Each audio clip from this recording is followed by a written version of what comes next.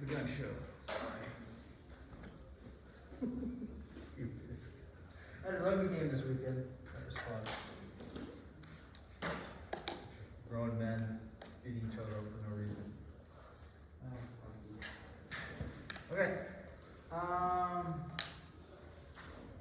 So.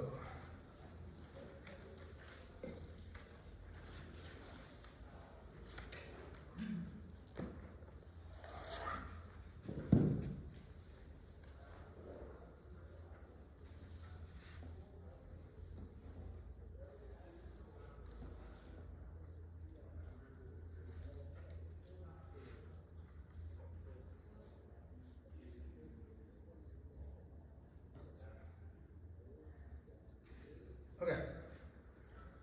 We went through this and we plugged in for each zone, we plugged in the variables and got the number of trips per household.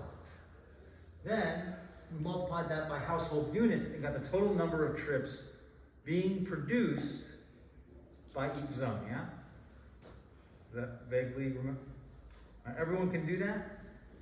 Right? It's when you plug in this equation for one of the zones, you get the number of trips produced per household in that zone. Okay? You multiply that by the number of households, and that gives you the number of trips. Okay? So do we remember what this was? This was the production of zone 1. So zone 1 to zone 1, zone 1 to zone 2, zone 2, zone 1 to zone 3, zone 1 to zone 4. Zone 1 produced how many total trips? 1,500. And zone 2 produced 0. And zone 3 produced 2,600? And zone 4 produced 0. Okay. Then we did the attractions, right? And we did the attractions for each zone. Now this one isn't multiplied by a number of household units because it's based on the total number of square feet. Okay? So this produced, zone 1 attracted 0 trips. Zone 2 attracted how many? 1230. Zone 3 attracted how many? 820. And zone 4? 2050. Okay. Okay. That's trip generation, right? It gives you the column totals. Okay? Trip distribution is how we allocate these column totals to each individual cell. Okay? So what we're saying when it comes to trip distribution, what we're saying is I'm going to go to Publix to get something to eat. I can go to the Publix that's closer to me, or I can go to the Publix that's further away. Right? By me, I mean a typical me person, middle-aged, white, this income level. That's it. Typical me is different than typical you because you guys are students, right? You have different commuting patterns, you have different needs and things like that.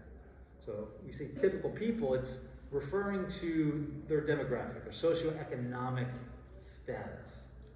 And the way we delineate that is with the transportation analysis zone. We, or I say we, it may be planners or sociologists, somebody who studies people, will go around and look at information from the census or from whatever, from the different people, and they'll draw little lines around neighborhoods. And the idea is that people within this neighborhood tend to be of a similar socioeconomic background. They tend to have the same number of children. They tend to have the same income. They tend to commute to the same places. They tend to eat at the same restaurants. They tend to go to the same church. They attend, they do all of these things. So what we're doing is we're saying that this is a zone. So we're not doing individuals, but we're doing typical individuals. Now, is there somebody in there that is different than everybody else? Of course, everyone's an individual, blah, blah, blah, blah, blah.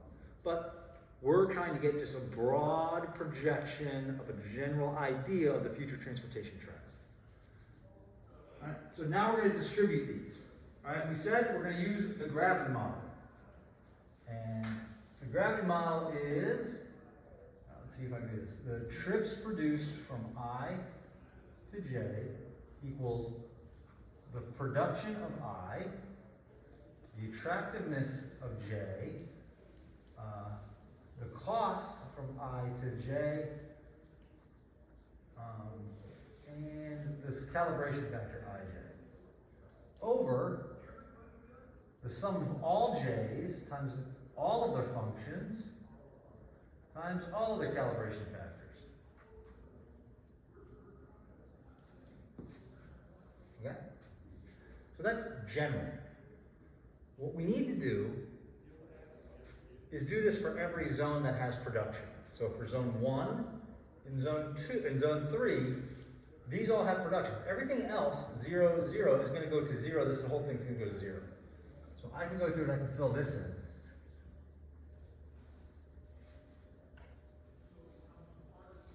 Right? Because they produce 0, they come up to 0. Good? Okay. Let's go. Okay. So I would say 1 to J equals 1500 times the attraction of zone 1 to 2. No, not 2. Zone 1 to, yeah. Yeah, to all other zones. Yeah. Zone 1, production to all other zones would be A, J, F, 1, J, A1, J, where 1, J, Alright. All I did was replace the production with the one we're looking at, and I turned this cost function into 1J. All right, we were given a cost function.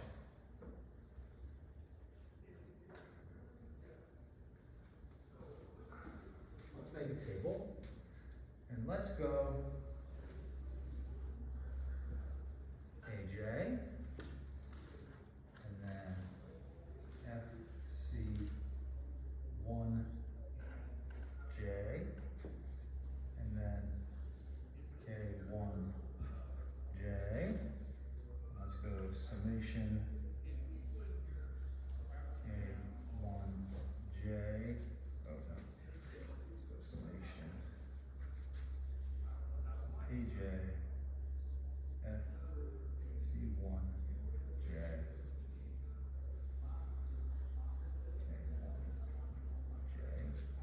And then we'll go with T1. Yeah. Okay?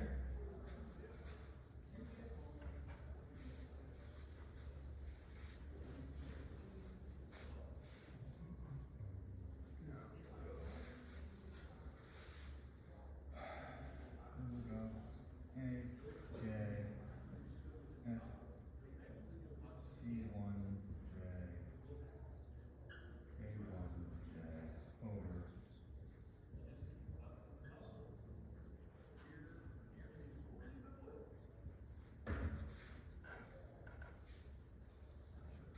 That could be confusing now. We'll do that, get rid of that. And then we'll just do T1.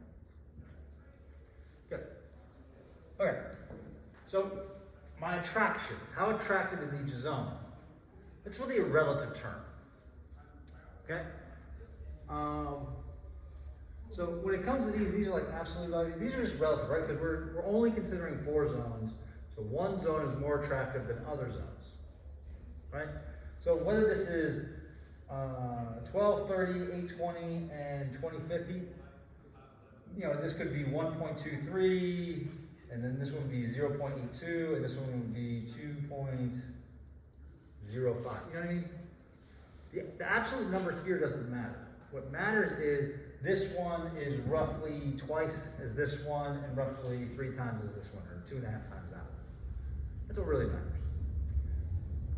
Okay, so but the attraction is given here. So from we'll go zone here 1, 2, 3, 4.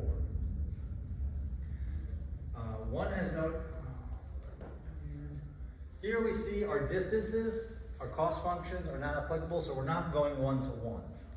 So we can just cross all of this out for one-to-one. From zone 1 to zone 1 has nothing because we're not considering interzonal trips. Alright? So from zone 1 to zone 2. Zone 2 has nothing because zone 2 is attractive nothing. Yeah? We already said it has zero attraction. Zone 3. Oh no, sorry, I did that wrong. You guys say something when I'm wrong. Oh no, just let me pick that zone. Zone 1 has nothing. Zone 2 has 12/3. So this goes to 12/3. Okay? Zone 3 has 820. And zone 4 has 20/50. Okay? So, how attractive these zones are, right? These are just how attractive they are, you should say, how attractive they are, right? How likely they are to be selected for a trip is a function of how attractive they are and how much it costs me to get there, right? If it's really close, but not very attractive, I'm still likely to go there than it is to someplace that's really far away but very attractive, yeah? That's the essence of the gravity model. It's the interplay between these two things. You know, in gravity, it's the interplay between distance and mass, right? Things that are closer with a smaller mass can have the same pull as things that are larger but further away. For example, the Earth and the Sun. We're really close to the Earth, but it has a smaller mass. So we feel, I guess, the mass of the Earth more, right? We're not drifting off into space as we float towards the Sun because it has a larger mass. It's further away, so it plays less of a role, but it still does play some kind of role in whatever. That's my understanding of all of that. It puts it in, that's they're superior at the end of that sentence. That's what I know about gravity. All right. So, what are my cost functions? Well, from 1, so this is 1 over 10 squared.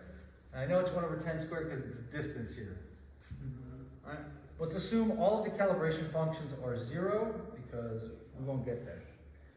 When you take grad planning, if you take the graduate course in planning, we'll probably do this iterative process where we go through and we assign it, and then we get new values, and then those values update the total. So if I were to go through and assign all these trips, that's going to update the totals here, right? It's not going to be 100% perfect.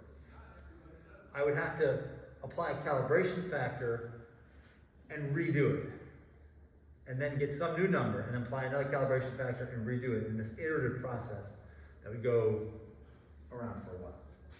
So, but here we're just going to assume the calibration factors are 1. When you get to grad school, I'll show you how to do it in Excel or with, there's a numeric solver in Excel that will do it for you. It's pretty cool.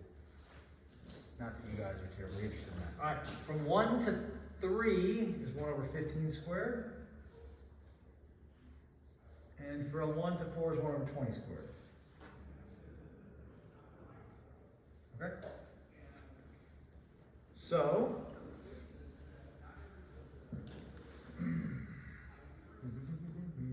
that's not what I want. I just want that. Yeah. So now I'm just going to find AJ times F Cij times K1J. So it's this times this times this equals this number. 1, 2, 3. You're a genius.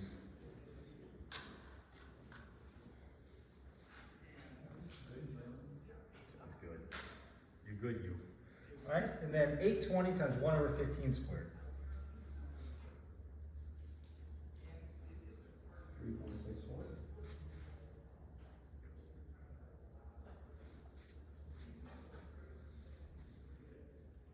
And 25 2050 times 1 over 20 squared.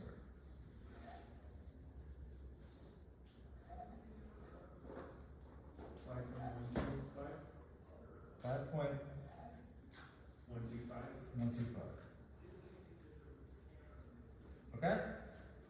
And then we're gonna get the summation of all of these, which will be the sum, which will be the denominator here. So sum all these up. Correction, 12.3, not 1.23. What? The first one, First one? 12.3. 12.3. Yeah, that's it. What do we get as a total?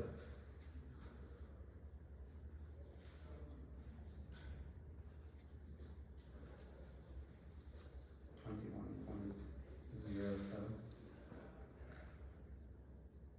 Okay, so what we did here, which is actually the numerator here, what we did here is we said, look, we're going to combine in a single term the mass and the distance to give us one gravitational value that we can all deal with that is, puts them together in one term.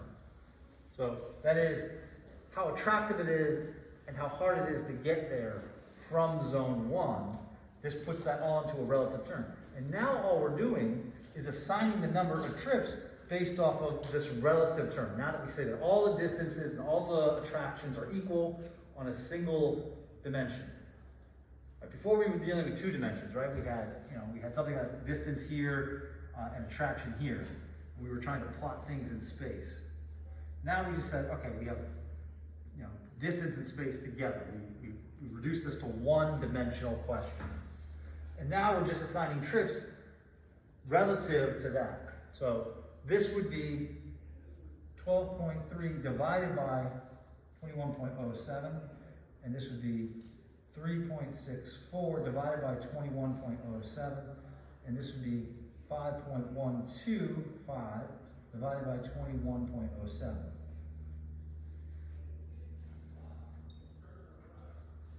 All right, everyone see that? We're just proportionally assigning the trips now that we have it all into an apples to apples comparison. Yeah. 0.583. The next one is 0.173.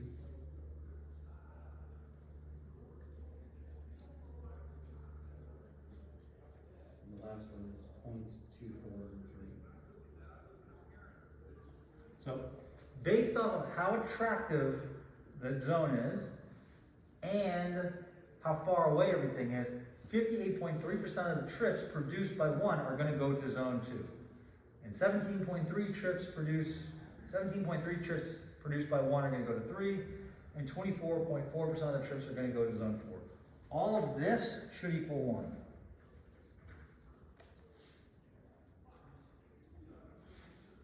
Okay? And then this would be equal to the production of 1,500, so it'd be 1,500 times 0.583, and 1,500 times 0.173, and 1,500 times 0.243.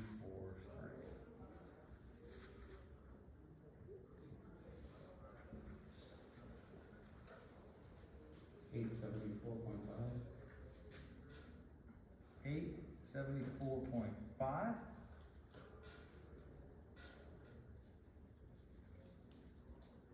259.5. 259.5.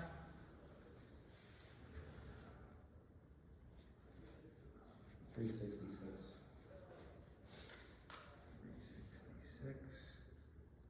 259 and 875-ish. That's fine. You can round them. Yeah. At the end of the day, it's a plain guess, right? So, okay. So what I would do there is the number of trips produced by 1 to 1 is 0. The number of trips produced by 1 to 2 is 875. So by 1, this is 0. This is 875. This is 259. and this is 366.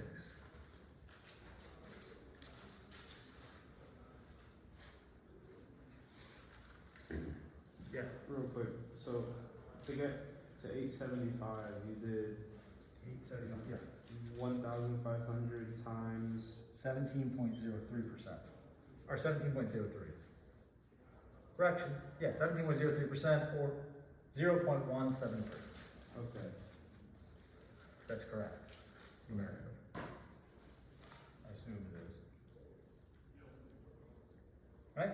So we think back now, what did we start with? We started with these attractions. These are relative attractions, and these are cost functions. It's a generalized cost. It's not an actual dollar amount, but it's like how difficult it is to travel to or from someplace. Yeah. What we did is we then combined those to get some kind of one unit combination of how attractive it is, but also how difficult it is to get there. We added a calibration factor, which you'll see why we need it in a second. And then we got these values, right? When we assign these trips, everything's great. Yes, sir? For calibration factors, if we're not given one, assume it's one. Yeah, I'm gonna give you two. We're not gonna make you calibrate this thing. You'll see why in a second. All right? Voila. Now we have to do zone 3. Because zone 2 and 4 be just 0. Zone 2 is 0 because it produces 0, which means this value goes to 0, which means this value goes to 0, means the whole thing goes to 0.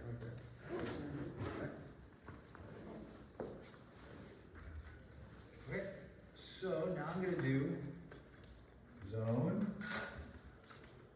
3.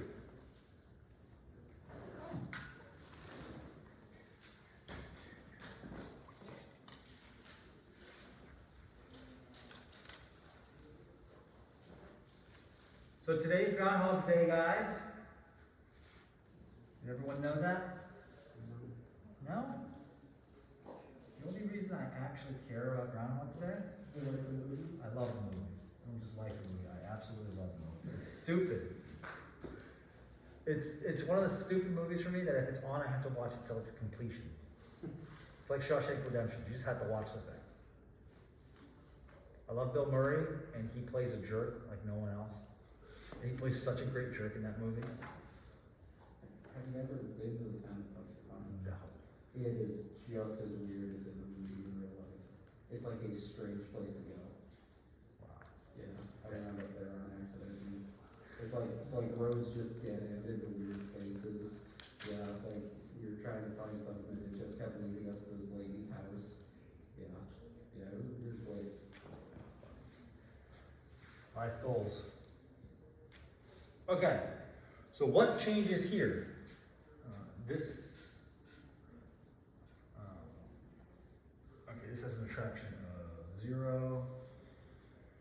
2 has an attraction of this, so no, it all stays the same. Okay, this changes.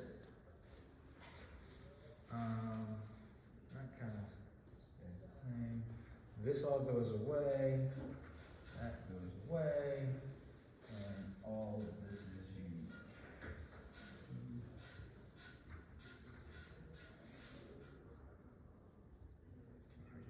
Okay.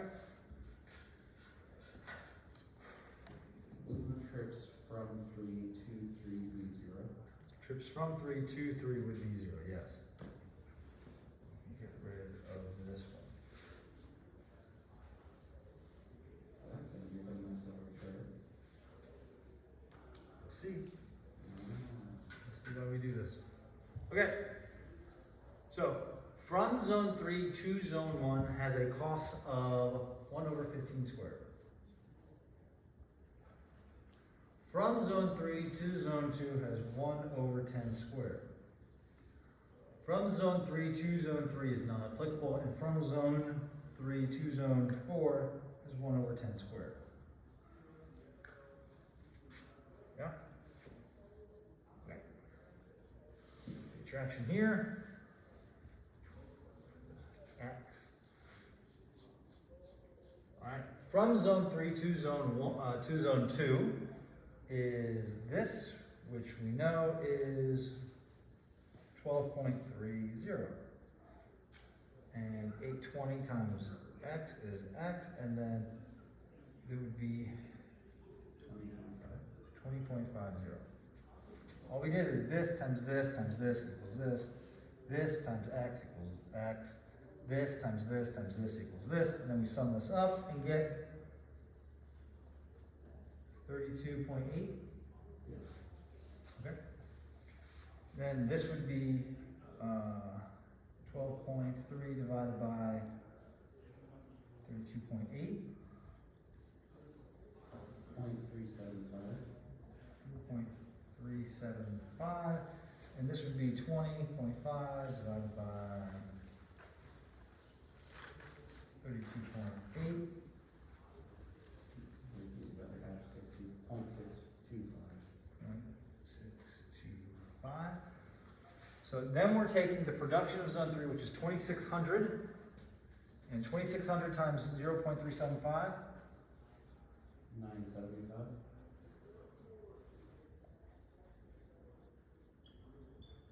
$9.75. Yep. And what's this one?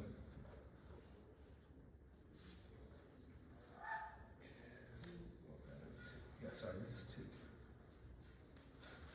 This is X, and this is 975, and this is 16.5. 1625. And these should all sum out to be 2600. Okay. 1 to 1 is 0, 1 to 2 is 975. 2. That should be 0, shouldn't it? Because it's from 3 to 3. Yeah, from 3 to 3 is 0. Yeah, there we go. And then this one is 1625. Look good?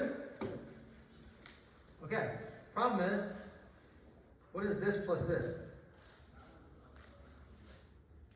Not fine. Not this. Yeah, not this. So And this is not this. what happened? We haven't calibrated, right?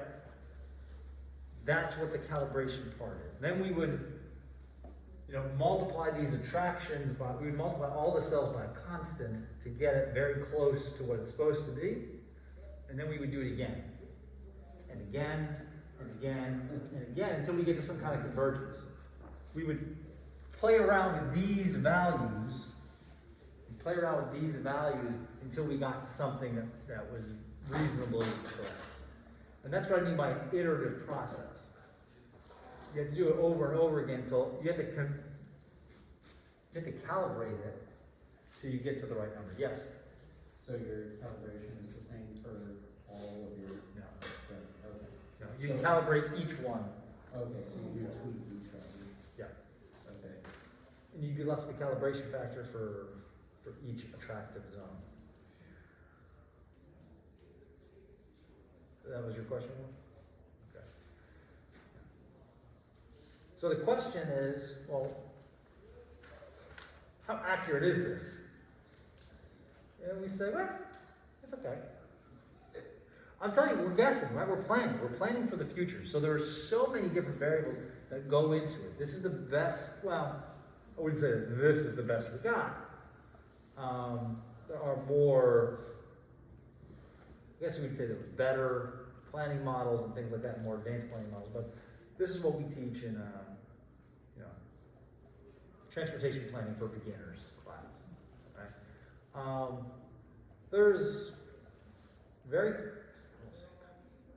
There are advanced softwares, things that, you would do, what are a couple of them? Visum, V-I-S-S-U-M, Visum, is one that does this. Is an expensive software. I think we have it. I have Vissim, which is the complement to it. So I imagine we have Visum as well.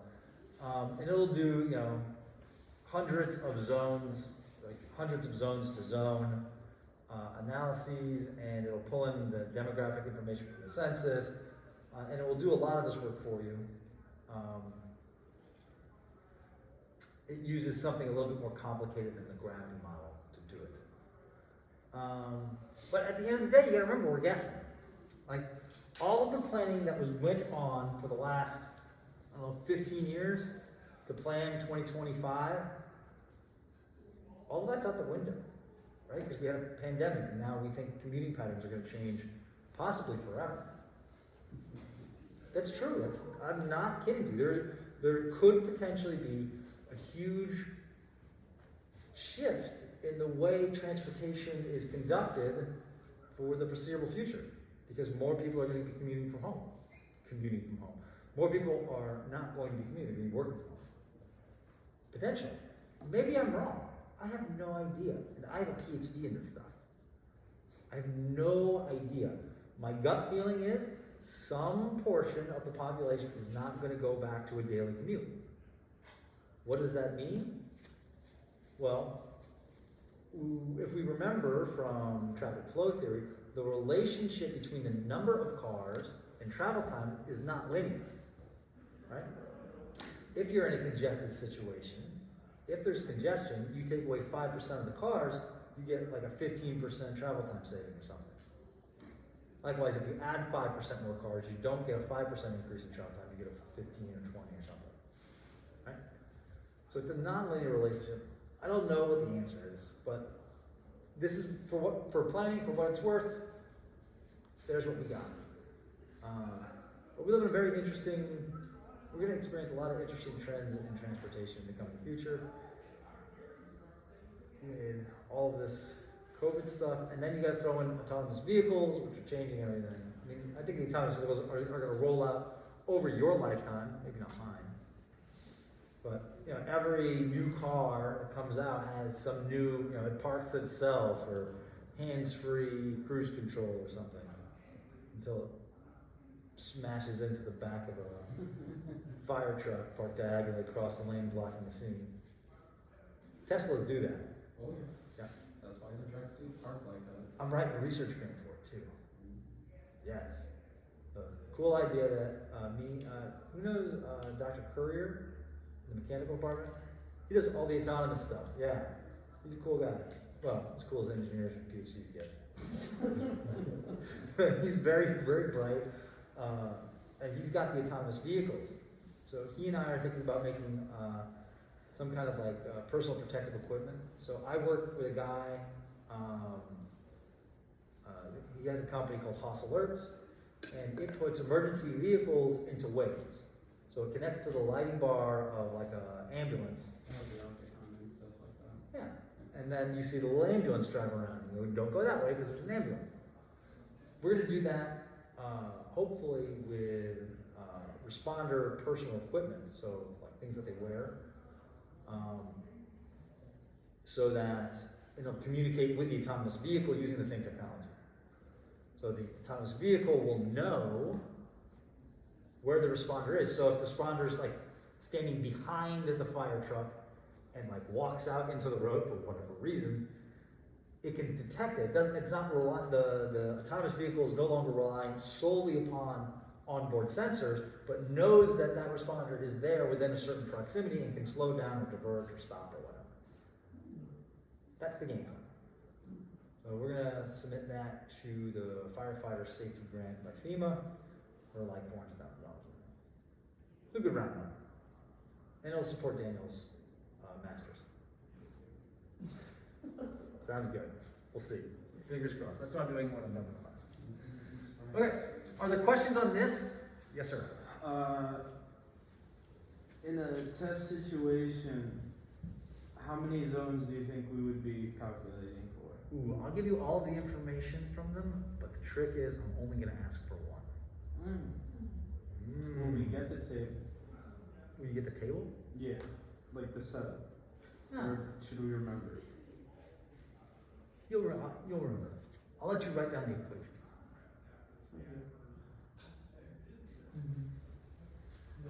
Maybe I'll give you like a little cheat sheet card. Sounds. I get nods in the back. All right. If that's what you guys like, that's fine.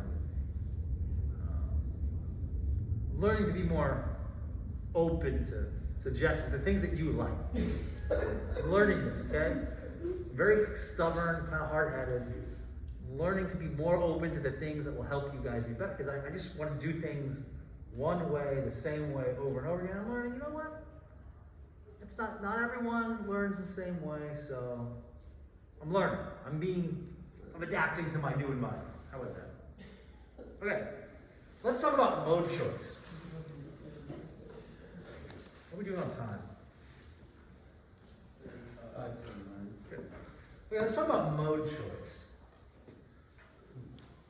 Is there discrete choice on there anywhere? Alright. So, the idea is that we have an origin destination matrix like this. And we have an origin destination matrix for every trip purpose. Right? We have one for commuting trips, and one for recreational trips, and one for shopping trips. Right? Not only do we have an OD matrix for every trip purpose, we have an OD matrix for every time interval, 15 minutes or an hour, depending on what you're doing. Right? So for every hour, for every trip purpose. From those trips, some of those trips are going to be with passenger car, and some of those trips are going to be walking, and some of those trips are going to be biking, and some of those trips are going to be bus, and some of those trips are going to be subway, and some of those trips are going to be taxi and Uber and rideshare. These are all different modes. Make sense? Daniel, what is a mode of transportation? The method of travel, car, Method of travel. Solid exam question. Like if you have taken 2 semesters of transportation, you should know what a transportation mode is. Please read. What's the goal of transportation? The safe and efficient movement of goods and people. Nailed it. The safe and efficient movement of people and goods. Okay. All right. So modes. This comes in. What is it? Yeah. We're estimating the percentage of people from this OD matrix, from zone 1 to zone 5, the percentage of this 875 that are going to take bus. Typically what we end up doing is saying, this percentage of people are going to take car, and this percentage of people are going to take something else. Right? That is a discrete choice. I'm choosing from a known number of options. I can choose one and only one mode per trip, right? There is a whole science to discrete choice modeling. This is an important science of statistics and probabilities or whatever, because it is directly related to like consumer patterns, right? Do I choose, I'm going to go buy a car. All right, I can buy a Toyota, I can buy a Honda, I can buy a Ford, I can buy a Chevy. I have all of these choices. Which one am I going to pick? It depends on a number of different things. How much money I have, how much disposable income, what I can afford, how much down payment I have. The neighborhood I live in also matters a little bit, because all my buddies drive trucks, so what am I likely to buy? A truck, which means I'm going to buy a Chevy, a Ford, or Toyota. Because those are the 3 major truck makers, right? What kind of truck do I drive? Ford. I drive a Toyota Tacoma. The cheapest one I can afford at the time. So it's a matter of the person, right? The demographics. Middle-aged, white, male, lives in this. You think I drive like a Tesla or something based on my education background? I drive a truck. I'm serious though. That actually does play a role into this, right? You see someone with an educational background and things like that. They have different consumer preferences. You know what I'm saying? It is a part of a demographic. Like my neighborhood, I live in a single family home, but I live beachside and I live in a certain street. Like 3 of my neighbors have PhDs or whatever. It's stupid. Like I live between like 2 other doctors. My wife has a PhD. It's like all the people from this education, all of the overly educated people, overly educated, underqualified people, all live in the same neighborhood. It's stupid. Whereas like 3 streets over, it's retired Yankees, scratcher tickets, smoking cigarettes. I'm dead serious. That's Ormond by the Sea. That's Ormond, beachside. Yes. I'm wondering, do the transportation engineers that study things like this work with advertising firms? The mathematicians and statisticians that do stuff like this, they work with advertising people. What we're doing as traffic engineers is we're going into this toolbox over here. And this toolbox is discrete choice modeling, probability and statistics. That's a certain toolbox. And we're reaching into this toolbox and we're going to use this tool to apply it to our discrete choice. Advertisers and people like that, they reach into that same toolbox. They go to that same toolbox and they use it for different reasons. We're trying to determine what's the likelihood a given demographic will choose to take the bus over a car, right? That's the discrete choice we're really looking at with this. It is a remarkable science. I really enjoy it. I wrote my dissertation using discrete choice models. So I really like this. And if I like this a lot, that means I'm probably going to ask exam questions on it. Okay. So there's an area of discrete choice modeling that is considered utility maximization. Every decision, this is a theory, right? There are other theories that compete with this, but this is the one we're going to talk about. Every decision you make, you're constantly trying to optimize your utility. Okay? What toothpaste you buy? You go to the aisle and you see there's toothpaste everywhere. And you're thinking, okay, which toothpaste do I buy? Well, this one's on sale, right? Or whatever. You have a set number of alternatives. You know the number of alternatives, and you have to choose one and only one. Choosing one is mutually exclusive. You go to buy your car, okay? You have a certain budget, and you're trying to use that budget to maximize the utility of the car that you choose. Make sense? So that's all you're trying to do. You're trying to maximize your individual utility. So this form of discrete choice modeling means that all the alternatives are known. I know I have all these different cars to choose from. I know all the cars. So it's not like some other mystical car out there that I don't know anything about. I know all the cars that could potentially be chosen. The alternatives are mutually exclusive. I can choose one car and one car only to buy. The decision maker evaluates each option, qualitatively or quantitatively, the utility for each alternative. All right. Money, the cost of each car, is a quantitative evaluation. This car costs X amount of dollars. This car costs Y amount of dollars. Yeah? Okay? But this car is pink, and this car is jet black. Right? I will evaluate the dollars, the quantitative dollar, but I'll also evaluate qualitatively how much I like the color of this car versus the color of that car. I really like pink, so I really like that a lot more. But Daniel really likes jet black because it's cool. Not that pink isn't cool. But, so Daniel thinks black is a cool car, and I think pink is a cool car. So when I look at the two alternatives, I qualitatively like the pink car more than Daniel does, and Daniel qualitatively likes this one more than the other. Right? So it's one of the great things about this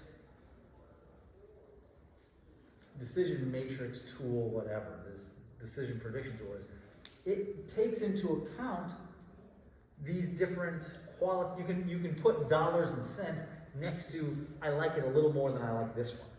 Right? You can put these quantitative and qualitative things together and get an evaluation that is mostly accurate. Right? The decision maker is constantly trying to maximize their utility.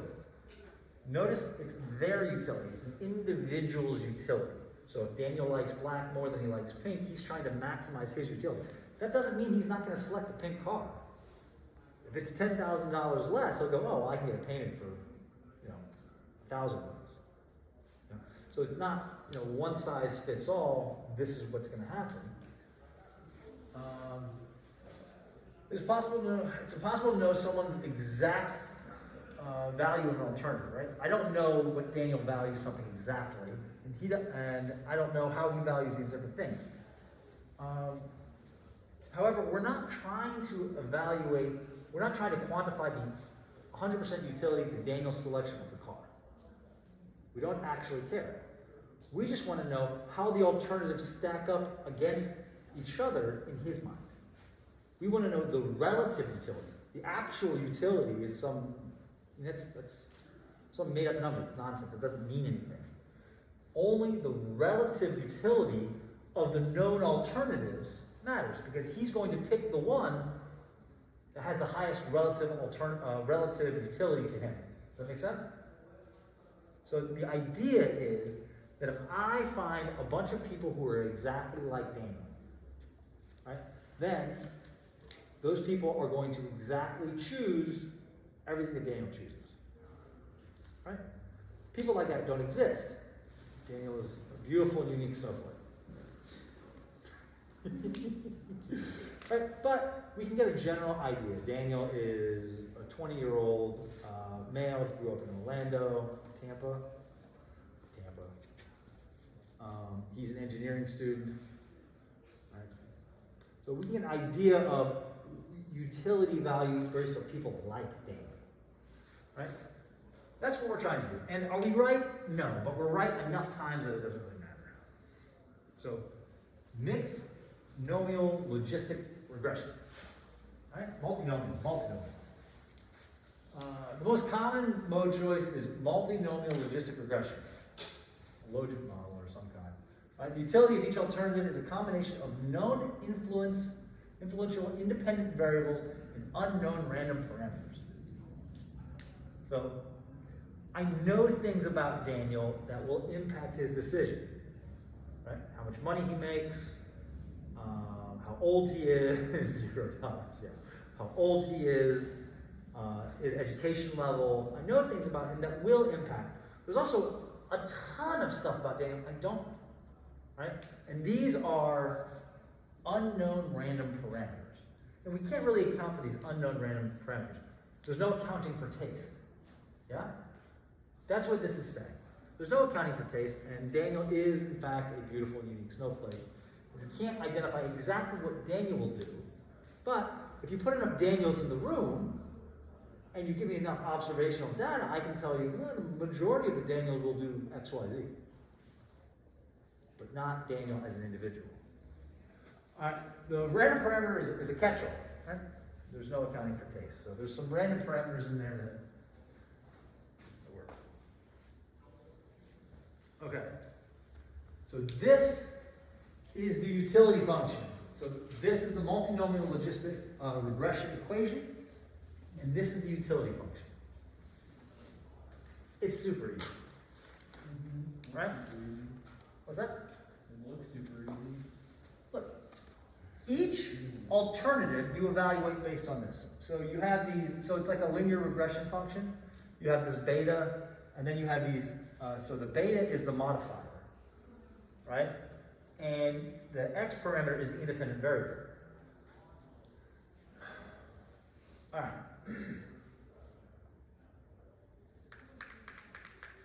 Let's see if I can run this.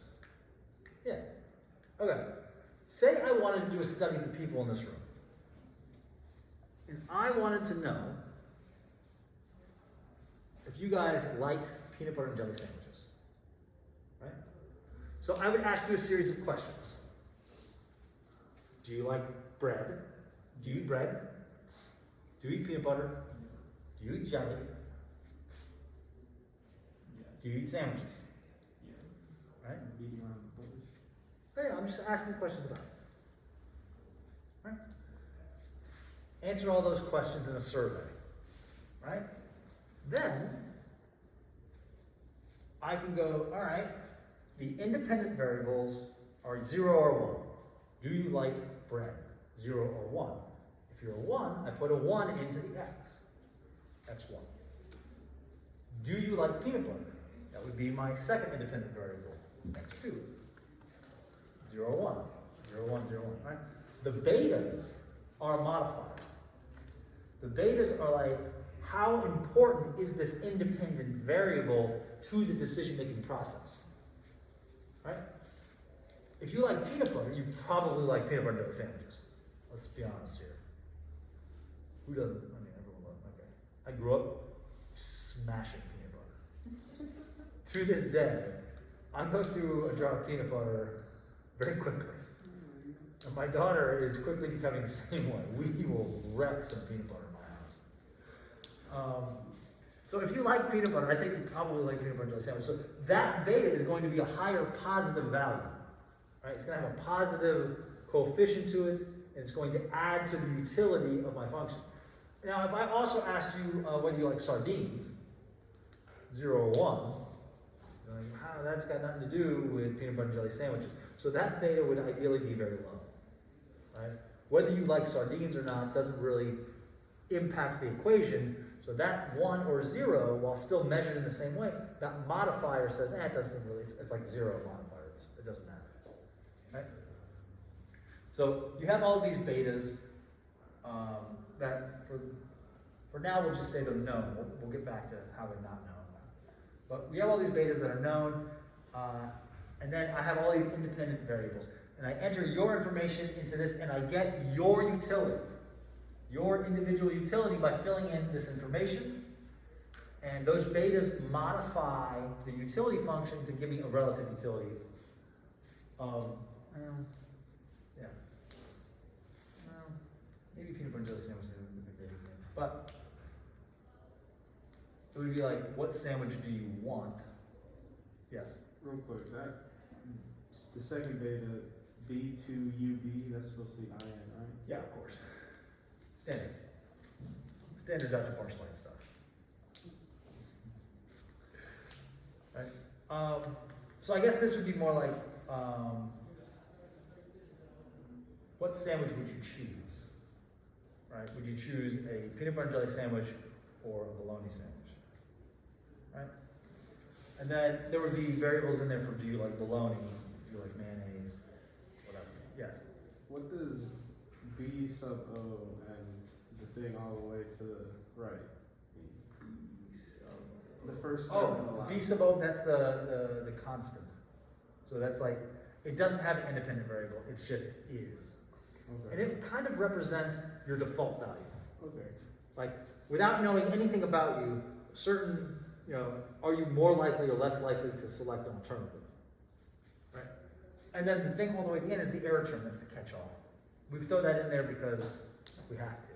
We don't know Daniel's individual preference. We just like catch-all value. Okay? So for each alternative, for bologna sandwiches, we fill in, and for peanut butter jelly sandwiches, we fill in our independent variables. And we get a utility. And the utility is what we're measuring. So we have to convert those utilities into probabilities. And we do that with the multinomial logistic regression function here. And e to the utility of option 1 divided by e to the utility of option 1 plus e to the utility of option 2 plus e to the utility of option n. And that will give you the percentage of the people, or the probability that the people in this population will select transit, will select taxi, will select subway, will select a Honda, will select a peanut butter and jelly sandwich. Yeah?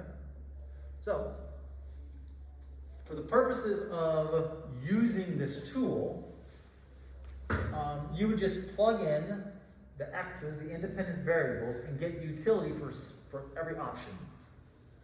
And then, with those utilities, you'll plug those utilities into this equation, and get the probability that decision maker I will select option A, option B, or option C. Right? So if we were doing transit, and we get the probability that the people we're investigating would select, 10% of the people would select transit, then we would deduct 10% from here and put it in a different OD matrix for transit. So we'd have an OD matrix for cars and an OD matrix for transit. And then we would make decisions based off of those planning assumptions. Kind of make sense? Okay. How do we determine the beta constants? It's like least mean square something, something, something, something. Some math stuff. But did we talk about this yet? We already talked about this a little bit, right? We did this when we were talking about the linear regression. It's the same kind of concept. So I give you guys a survey. Say I give 1,000 people a survey, and I ask them, do they like bread? Do they like jelly? Do they like peanut butter? Do they like bologna? Do they like mayonnaise? And then at the end I ask them, do you like peanut butter and jelly sandwiches more than you like bologna sandwiches? Right? I get this utility function. One, yes, no, whatever. I go and I do an observational study of people making choices.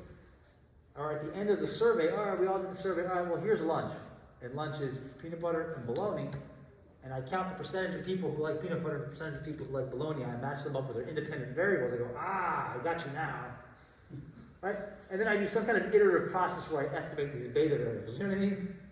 Like you observe these things, and then you make choices based on that. Make sense? So I had a friend of mine that did this for evacuations. So he used this type of model to do not just if people evacuated, but when and which time interval. And that was a sequential logistic regression kind of model, where like the probability of evacuating this time period was the probability of selecting that you wouldn't evacuate in all other time periods, plus the probability of evacuating this time period. It gets more complicated the more, but there are tools for this kind of stuff. So if you're in your master's thesis or whatever it is that you're doing, know that there are other tools. This is just one tool for helping predict people's choices. I like this tool. So what I did for my dissertation was I looked at cops directing traffic, and I used this model to predict when they would change directions, when they would initiate phase shift. So you go from this direction to this direction. And it was like a function of how long the light had been green for. The beta constant, the beta naught, was like, it represented your default feeling toward, the officer's default feeling towards how important this phase was. So if it was like the phase that had the most cars on it, he didn't want to change away from this phase because it was his favorite. You know what I mean? And the next phase was least, less favored or whatever. So, yes. How close was it to the actual light slightly? It matched it plus or minus 5%, 95% of the time. So you would say with a 95% confidence interval, it was correct. But it's all kind of random anyway. It was interesting. I made a lot of money on that. That was a good one. So I took that and sold it to a bunch of different people for a bunch of different things. That's what you have to do. You have to double dip everything. And you turn your term paper into a research article into a final report. I'll tell you, Betty and Eric are really good at it now. Right? So there we go. So this number will be between 0 and 1, right? It's the probability. So it's a number between 0 and 1. Okay. Time? Yeah, well, we got time for this. This is simple.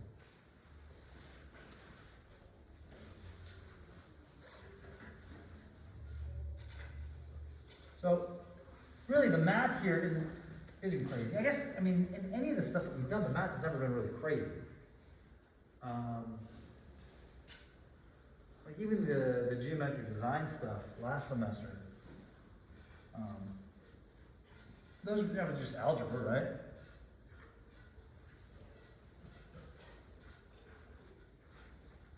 Okay. The following information is known about travel patterns of a city. What are the ride share proportions by mode? Assume a mixed multinomial logistic regression model. Okay? So I have alternatives. I can take a car, I can take the bus, or I can walk. I have the travel time, I have the travel cost, and I have comfort. The travel time is a quantitative measure, travel cost is a quantitative measure, and comfort is a qualitative measure. But in the utility function, we combine all of these together, and these modifiers will do the conversion for us. Right? Here we see that, there's no beta. All right, beta equals 0. Here we see that we have negative 1.1 travel time. What does that mean? The larger the travel time, the least likely I am to select it. Make sense? That takes away from my utility. Right? The negative means it's taking away from my utility. I have 7.7, I have negative 7.7 times the travel cost. It means the more expensive it is, the more it takes away from my utility. And then I have 2.3 times comfort. That's positive. If I have a high degree of comfort, then I'm more likely to select it. If I have a low degree of comfort, I'm less likely to select it. Make sense? I like it. All right. So, let's say the utility of car equals negative 1.1 times 5 minus 7.7 times 2.5 plus 2.3 times 3. And that equals something. The utility of decision maker I to take the bus alternative equals 1.1 times 10 minus 7.7 times 1.5 plus 2.3 times 2. And then the utility to walk equals negative 1.1 times 17 minus 7.7 times 0 plus 2.3 times 1 equals something. Do we have any number? For the first one, negative 17.85. Huh?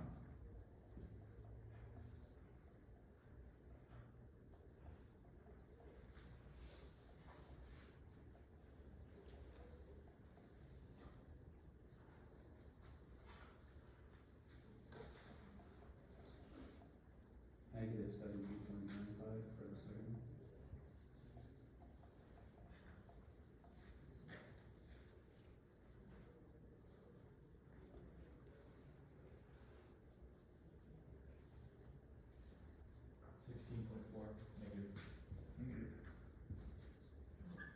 Okay.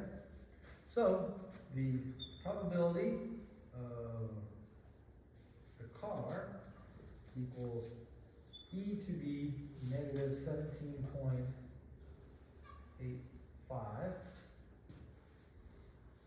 divided by e to the negative 17.85 plus e to the negative 17.95 plus e to the negative 16.40. Let me go back and make sure I got that equation right. Yeah. Good. Okay. So, what is this one? It's easier just to do a model like that. You just get this value, this value, this value, and this value, because then you can just interchange them all.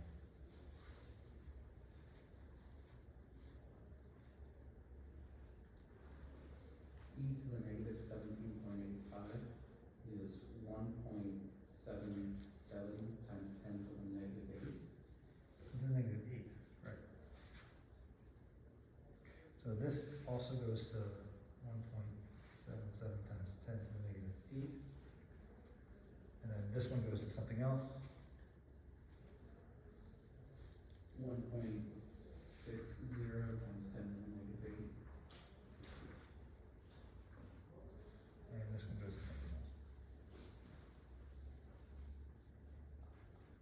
You see how it's all relative? Everything here is relative. That's why the alternatives must be exclusively known. You must know all the alternatives, or else it will mess up this. For 60.4, Uh-huh. 7.54 times 10 to the negative 8. Okay? So, if you add up all of these, you get something.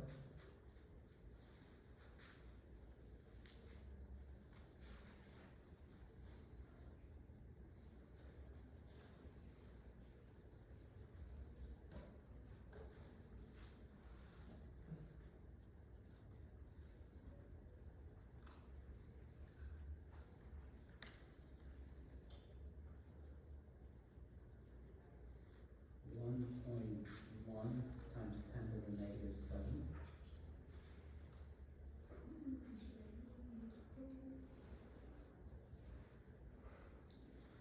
Okay, so 1.877 times 10 to the negative 8 divided by 1.1 times 10 to the negative 7.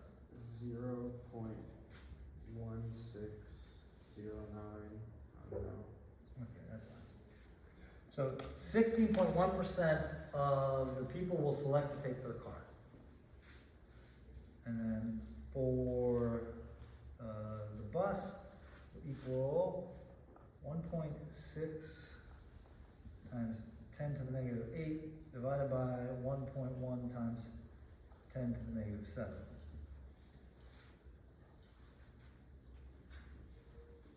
0.1454.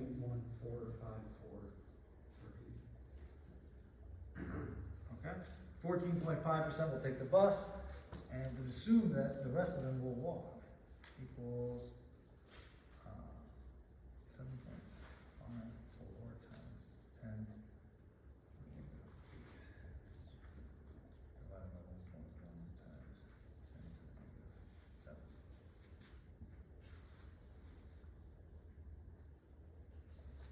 .685. Okay, so this plus this should approximately equal 1.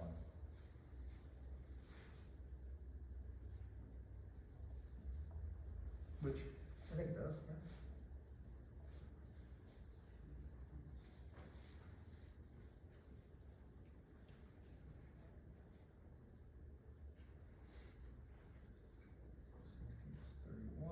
Yeah. It's like 1.001.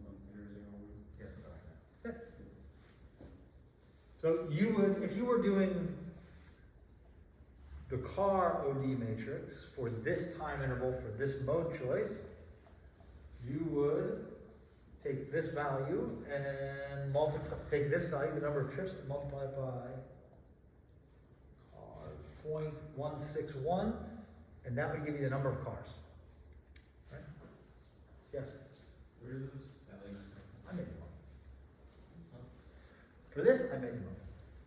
For this example, I made them up. Is it like different from city to city? Oh yeah, totally. It doesn't just differ from city to city, it differs from origin zone to origin zone.